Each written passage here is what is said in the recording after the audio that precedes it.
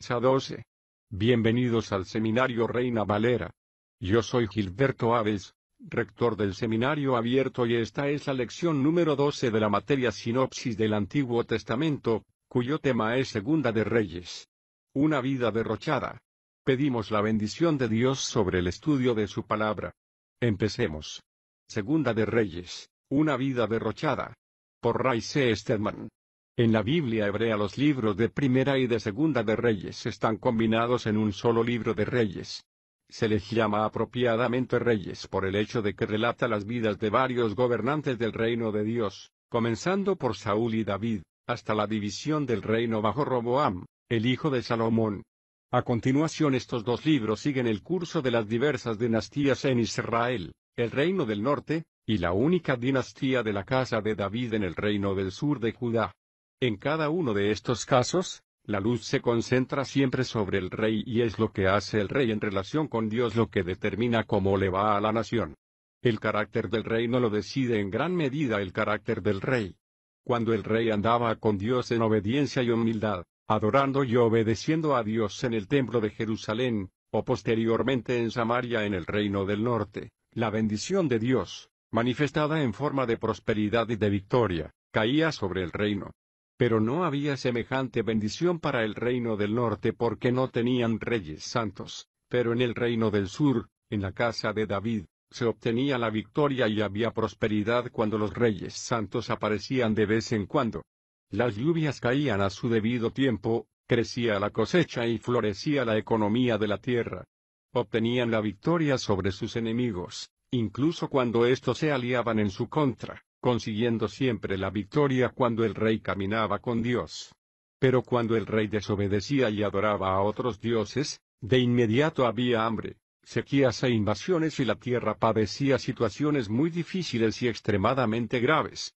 Cuando los reyes obedecían, eran siempre figuras de Cristo, como en el caso de David, de Salomón, de Ezequías, de Joas y de Josafat.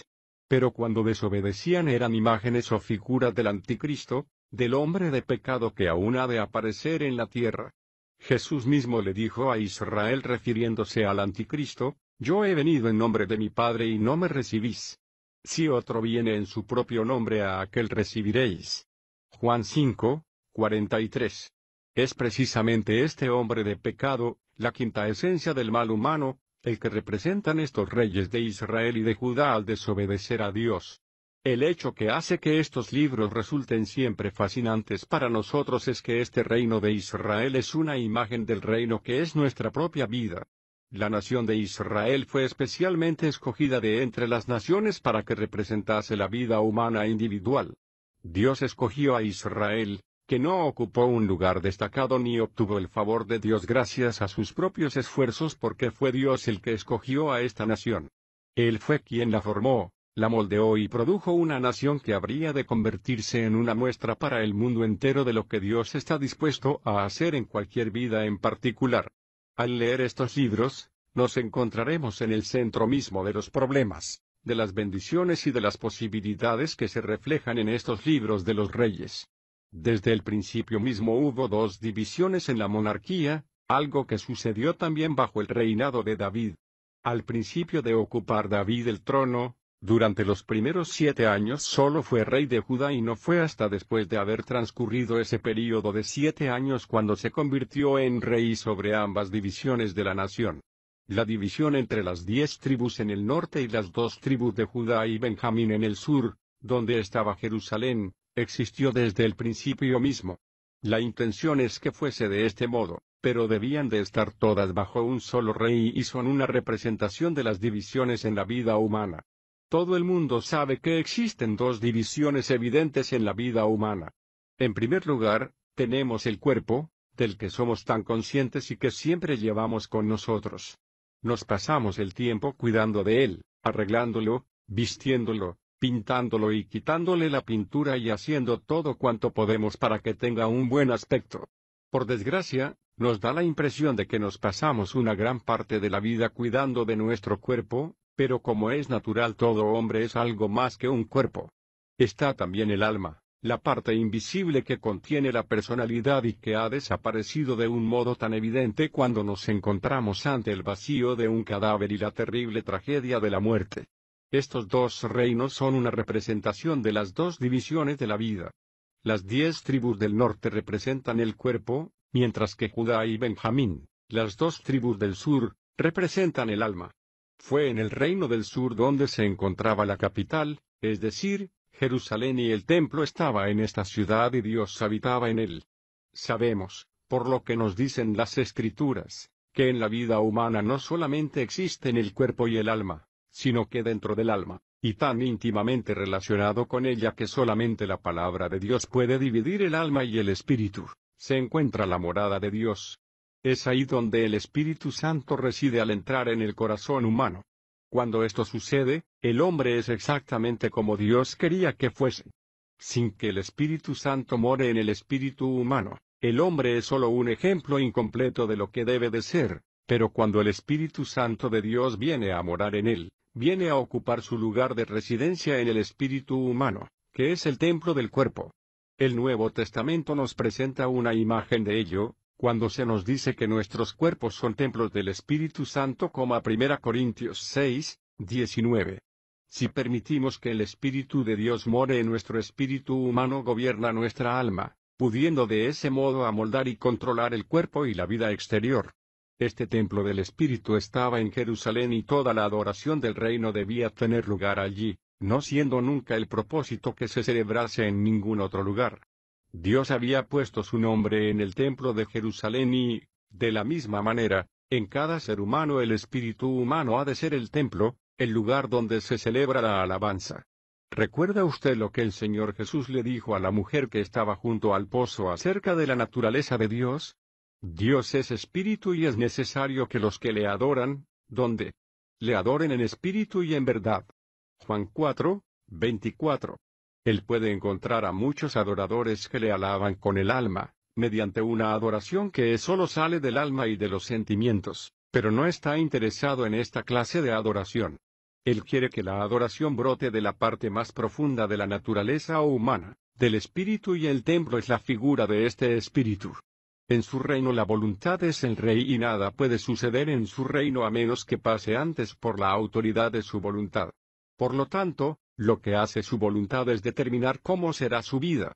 Si usted se somete de buen grado y en obediencia a la influencia que produce el Espíritu Santo, que mora en su espíritu humano, es usted como el reino de David cuando andaba con Dios.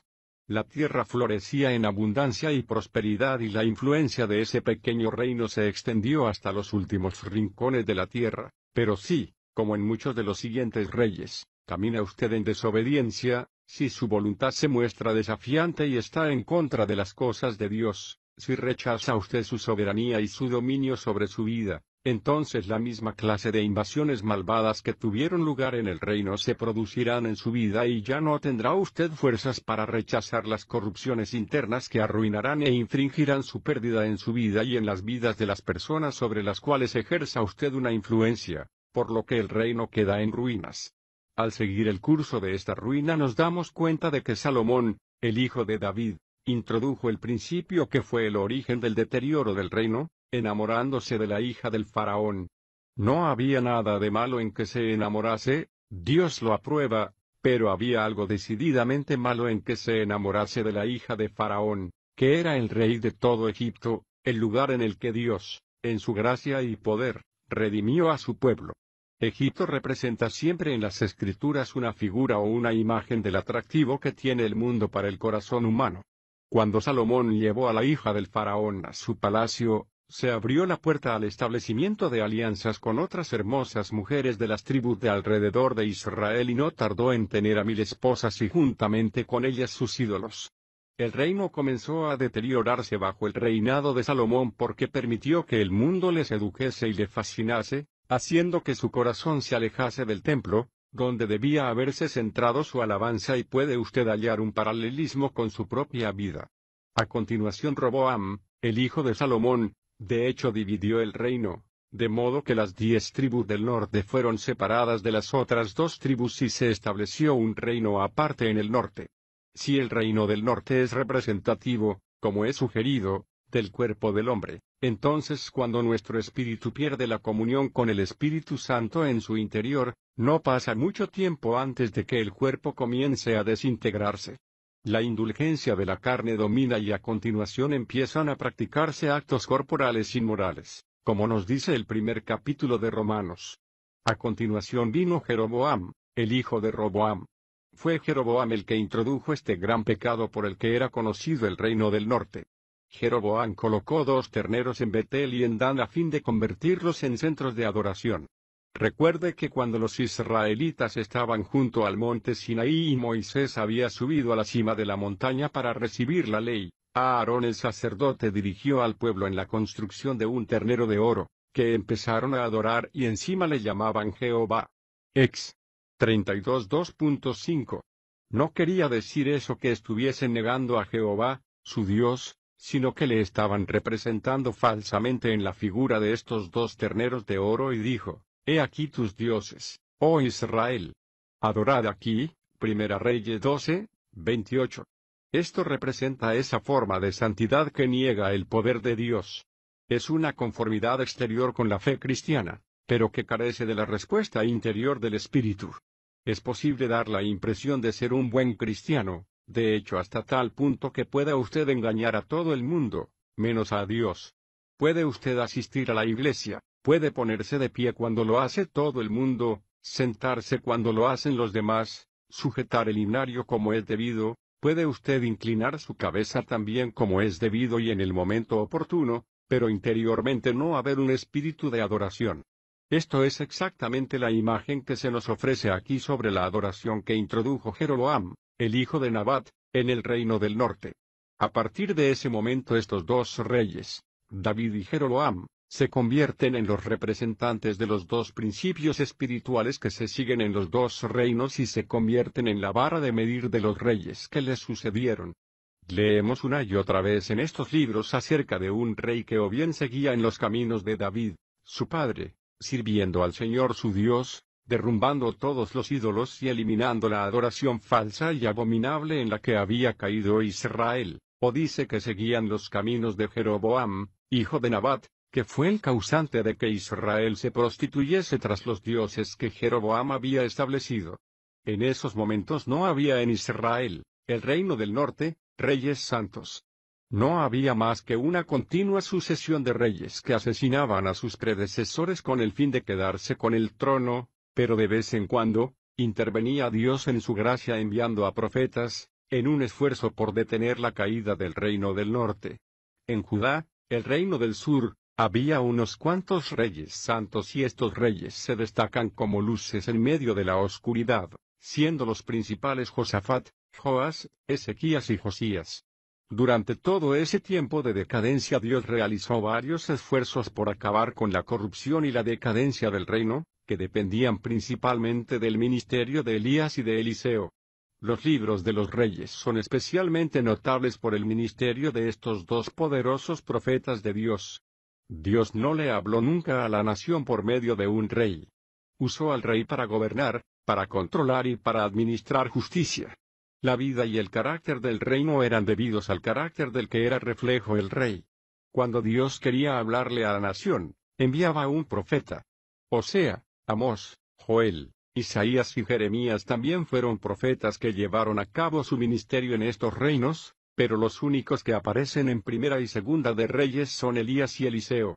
Elías tenía una fuerte personalidad y vivía llevando un cinto de cuero y vestía de tela de crin.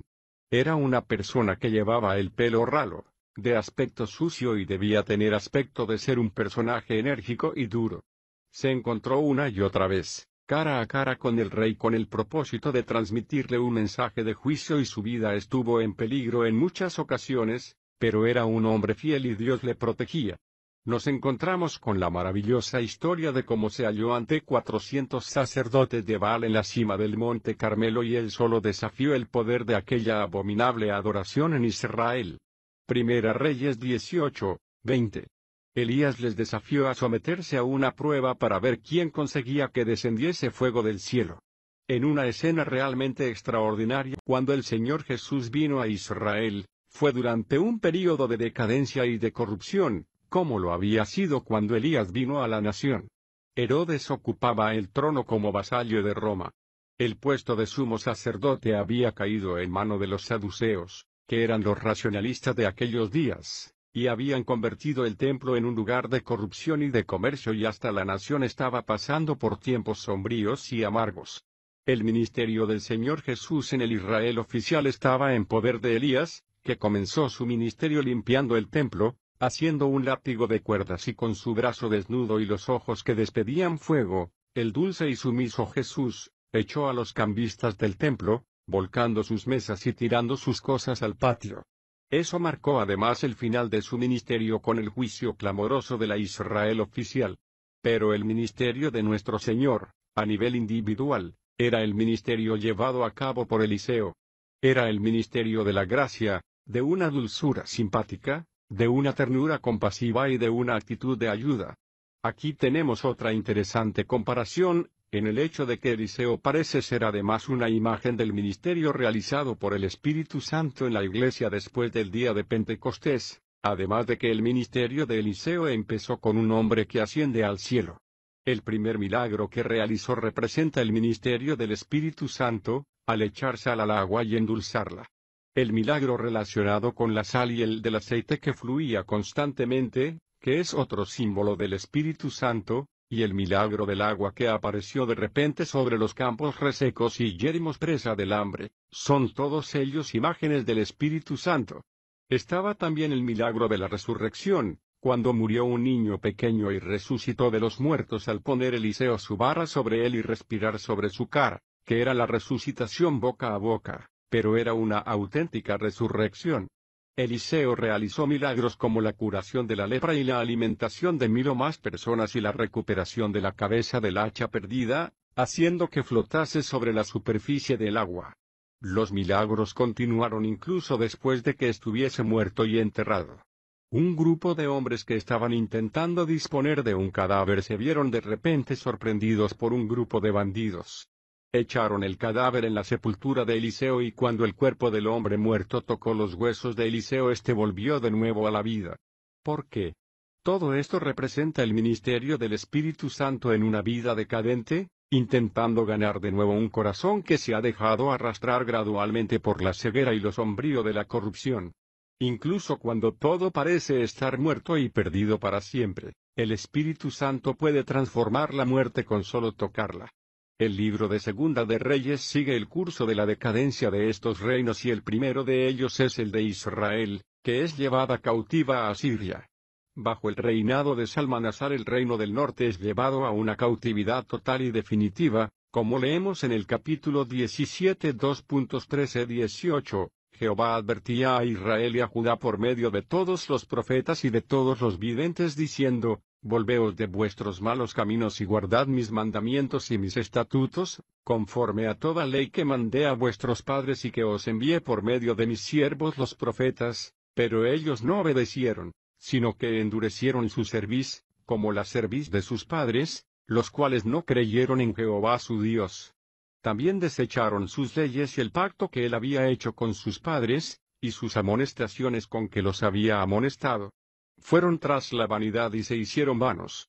Imitaban a las naciones que estaban a su alrededor, de los cuales Jehová les había mandado no actuar como ellas.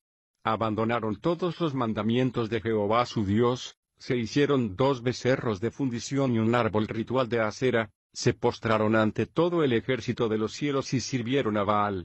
Hicieron pasar por fuego a sus hijos y a sus hijas, practicaron los encantamientos y las adivinaciones, y se entregaron a hacer lo malo ante los ojos de Jehová, provocándole a ira. Por tanto Jehová se enojó en gran manera contra Israel, y los quitó de su presencia. No quedó sino solo la tribu de Judá. ¿Qué imagen nos ofrece esto de los malvados resultados que produce el pecado en la vida humana, en particular en lo que se refiere a la vida exterior del cuerpo? ¿Se ha fijado usted alguna vez en esto? Hablamos acerca de las señales del pecado en la vida de una persona y es asombroso lo pronto que estas señales comienzan a aparecer cuando se lleva una vida disoluta de libertinaje. No me estoy refiriendo, por supuesto, a las señales normales de la vejez porque eso es algo que nos pasa a todos, incluso a los justos.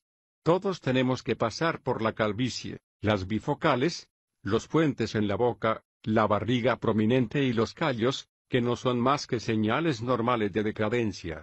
A lo que me refiero es a las señales de vulgaridad y ordinariez que dejan su marca en el cuerpo de la persona cuando lleva una vida lujosa y disoluta, comiendo y bebiendo en exceso, y todas aquellas otras cosas que dejan su marca en el cuerpo.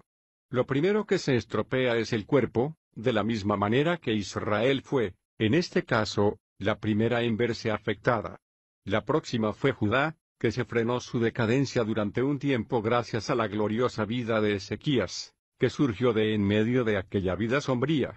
Su padre había sido un rey impío y al ocupar su hijo el trono también fue un rey impío, pero Ezequías había sido marcado por la gracia de Dios. El reino se encontraba en tal estado de decadencia, cuando llegó al trono, que lo primero que hizo fue limpiar el templo. Les llevó a los levitas, la tribu de los sacerdotes, 16 días limpiarlo de toda la basura y sacar los trastos que estaban en su interior incluso antes de que pudiesen empezar a purificarlo para reanudar los cultos en él. Hasta ese punto había llegado la corrupción de la nación. Ezequías volvió además a introducir la Pascua, destruyendo la serpiente de bronce, de gran tamaño, a la que había estado adorando el pueblo. Nos referimos a la misma serpiente que había usado Dios para su bendición cuando Moisés la levantó en el desierto. Números 21 2.8, 9, pero Ezequías, con un fino sarcasmo, la llamó un pedazo de bronce y la destruyó porque se había convertido en objeto de idolatría. Muchas cosas que han sido con anterioridad de bendición se convierten en ídolos si nos aferramos a ellos sencillamente por su valor sentimental. La vida de Ezequías se vio milagrosamente prolongada cuando la sombra del reloj de sol se volvió a atrás 10 grados y se le permitió vivir 15 años más. Sin embargo, durante esos 15 años tuvo un hijo llamado Manases, que se convirtió en el peor rey que jamás había tenido Judá. Manases tuvo el más largo reinado de todos los reyes, reinando durante 55 años dedicados a la impiedad. Por lo que algunos han dicho que Ezequías es el hombre que vivió demasiado. Si hubiese aceptado la palabra del Señor acerca de su muerte, Israel se hubiese librado de las terribles cosas que sucedieron bajo el reinado de Manases. De modo que el reino se volvió decadente y al final Judá fue llevado por Nabucodonosor a Babilonia, símbolo de corrupción y de profanación. Durante unos cuantos años el templo permaneció en Jerusalén, pero al final también fue desmantelado y quemado. Se derrumbaron las murallas de la ciudad y todo el pueblo fue llevado en cautividad. El libro acaba con Sedequías, el último rey de Israel. Después de ser capturado por el rey de Babilonia, sus hijos fueron asesinados ante sus ojos y a él le sacaron los ojos. A continuación fue atado y llevado a Babilonia. Sedequías fue el último rey que jamás tuvo Israel. Más adelante, en medio del tumulto y la tremenda confusión que se produjo en Jerusalén durante la semana de la Pascua, cuando fue crucificado nuestro Señor, Pilato ofreció su rey a la nación. He aquí vuestro rey, pero la multitud hablaba en serio al decir, no tenemos más rey que el César. Juan 19, 14 y 15. Con todo y con eso, fue el gobernador de César el que le enseñó a Israel una lección haciendo que su título quedase inscrito sobre la cruz Jesús de Nazaret, Rey de los Judíos. Juan 19, 19. Esta pobre nación no volverá a conocer un momento de verdadera prosperidad y bendición, ni espiritual ni física, hasta que vea a aquel al que traspasaron y le reconozcan como al Rey que les fue enviado en humildad como había profetizado Zacarías. Zacarías 12, 10. ¿Entiende usted ahora de qué se trata este libro? Es una imagen de una vida derrochada. Aquí tenemos una imagen de una persona que es cristiana, cuyo fundamento ha sido puesto por Jesucristo, pero que ha edificado sobre él con madera, paja y rastrojo. En lo más hondo de su corazón, en su voluntad, se ha negado a andar en obediencia a las cosas que le han sido reveladas por medio del Espíritu Santo, que mora en el templo de su espíritu humano. Como resultado de ello, su vida se caracteriza cada vez más por la decadencia, la corrupción y la profanación. Comienza por el cuerpo y se adentra en nuestra personalidad y finalmente se quema del templo mismo. Pablo nos dice en Indicador Ordinal Femenino de Corintios que a cada uno de nosotros nos espera el juicio de fuego, que pondrá la obra realizada de manifiesto, quemándose la madera, la paja y el rastrojo, aunque el creyente mismo se salve pero como por fuego. Indicador ordinal femenino Corintios 3, 13-15, como es natural, toda la lección de Segunda de Reyes es que eso no tiene por qué suceder. Dios está continuamente interrumpiendo nuestras vidas con la evidencia de su gracia e intenta detenernos en nuestros caminos obstinados e intencionales, pero tenemos libertad para seguir en ellos. Podemos continuar luchando por llegar a la cima y tal vez ganarnos el aplauso y la aceptación del mundo que nos rodea, pero un día tendremos que aparecer desnudos delante de aquel que nos ama y que se entregó por nosotros y al que le hemos negado el derecho a ser Dios en el templo de nuestro espíritu.